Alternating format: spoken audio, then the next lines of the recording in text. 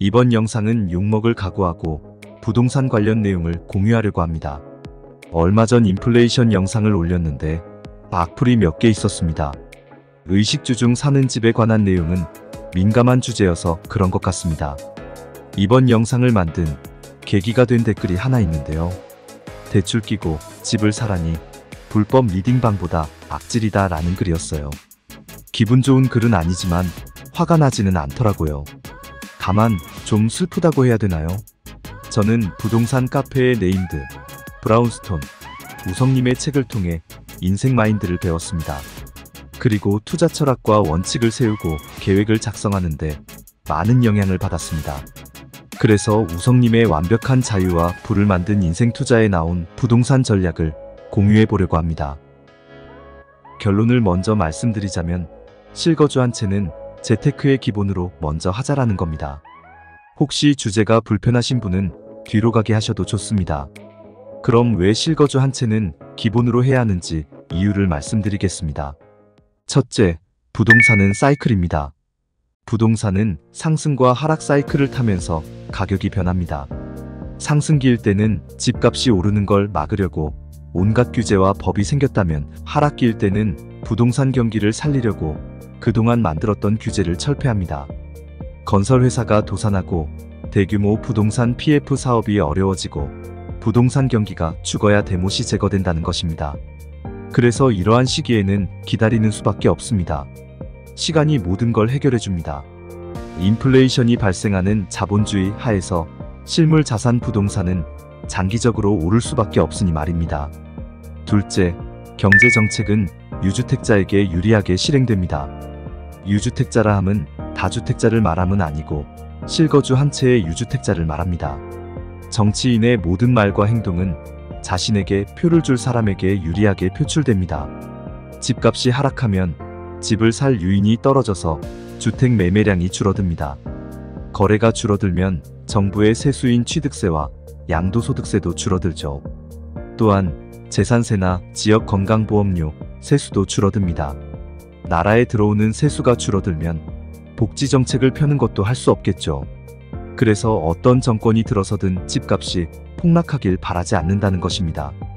집값이 오르면 세수가 늘어나고 철도나 도로 민원, 선심성 복지 혜택도 줄 수 있어 득표에 도움이 됩니다.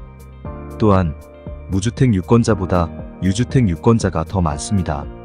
정치인은 국민의 표를 먹고 사는 존재이고 국민의 환심을 사기 위해 다양한 복지 정책을 펼 수밖에 없습니다. 그래서 돈을 찍어내는 인플레이션 정책을 선호하고요. 돈 가치가 하락하면 실물 자산은 비싸지고 부동산도 실물 자산입니다. 정치인들이 겉으로는 무주택자를 위한 정책을 편다고 하지만 다수인 유주택자에게 불리한 정책을 펼 수 있겠습니까? 1주택자의 종부세 폐지론도 나오고 있는 상황입니다. 정부가 집값을 하락시켜 줄 거라고 믿고 그런 공약을 내건 정치인에게 인생을 맡기는 건 위험합니다. 집값이 오르면 소비가 늘어납니다.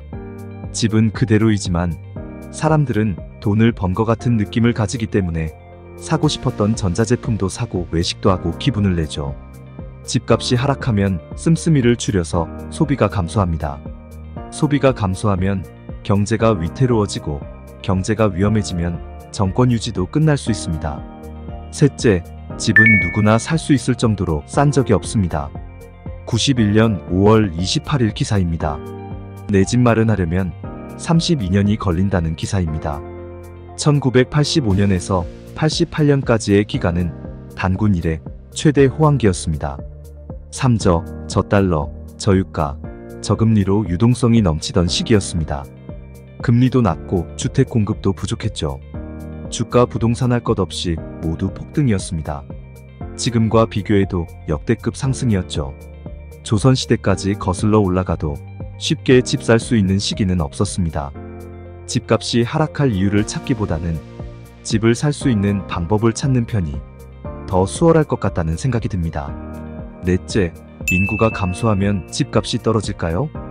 일본 도쿄 부동산을 사례로 보겠습니다.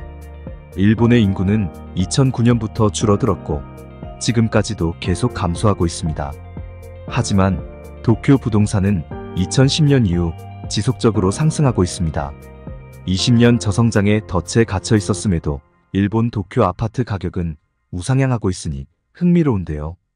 여기서 주목할 부분은 줄어든 인구가 일자리를 찾아 수도권으로 더 모였다는 것입니다. 도쿄 중심은 상승세가 지속되었고 지방과의 격차가 더 벌어지고 있습니다. 양극화입니다.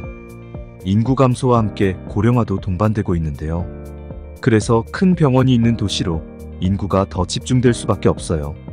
장기적으로 내 집 마련은 수도권, 그것도 서울이 좋다고 말씀드릴 수 있겠네요. 다섯째, 이번 집값 하락이 다른 점이 있나요?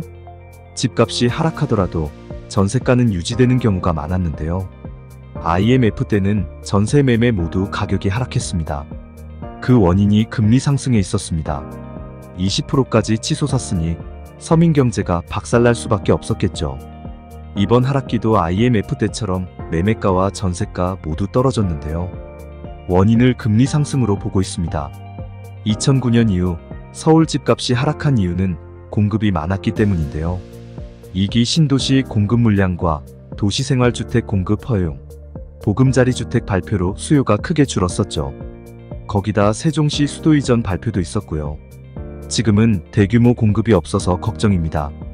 3기 신도시가 계획대로 진행되고 있지 못하기 때문이죠.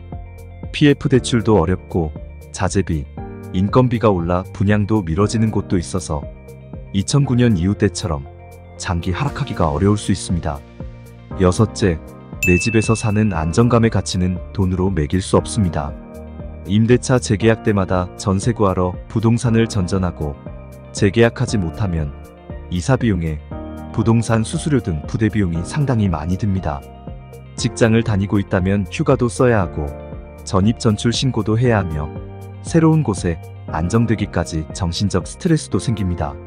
하다못해 각종 금융기관이나 쇼핑몰이나 배달앱에 주소 변경을 하는 것도 여간 번거로운 게 아닙니다. 아이가 있다면 전학을 하지 않기 위해 선택의 폭도 줄어듭니다. 가용자금에 금융기관 대출을 더해 살 수 있는 집을 우선 사서 주거 안정을 하는 게 필요합니다. 처음부터 100% 만족할 수 있는 집을 사는 사람은 거의 없으니 양도세, 비과세도 활용하며 단계적으로 더 좋은 집으로 가시면 좋을 것 같습니다. 정리해보겠습니다. 내 집 마련 실거주 한 채가 필수인 이유입니다. 부동산은 사이클을 타기 때문에 기다리면 다시 오른다는 것입니다. 정치인은 세수 측면에서 주택 거래가 활성화되는 것이 좋고 그래서 집값을 폭락시키는 정책을 하지 않는다는 것입니다. 집은 누구나 살 수 있을 만큼 쌌던 적이 없고 그래서 지금은 불가능해 보이고 어렵지만 중장년층이 되면 자연스레 기득권이 될 것이므로 포기하지 않아야 한다는 거죠. 인구가 감소하더라도 도쿄 부동산처럼 우리나라도 수도권, 특히 서울 부동산은 지방과 격차를 벌리며 올라갈 것입니다. 그래서 가급적 서울 부동산으로 내 집 마련하는 것이 좋고 이번 하락은 금리가 상승한 것이 가장 큰 요인이므로 금리에 따라 영향을 받는다는 것입니다. 대출을 받지 않고 집을 사는 사람은 거의 없고 감당 가능한 범위 내에서 대출받아 내 집 마련 실거주 한 채는 하셨으면 좋겠습니다. 당신의 성공을 응원하겠습니다.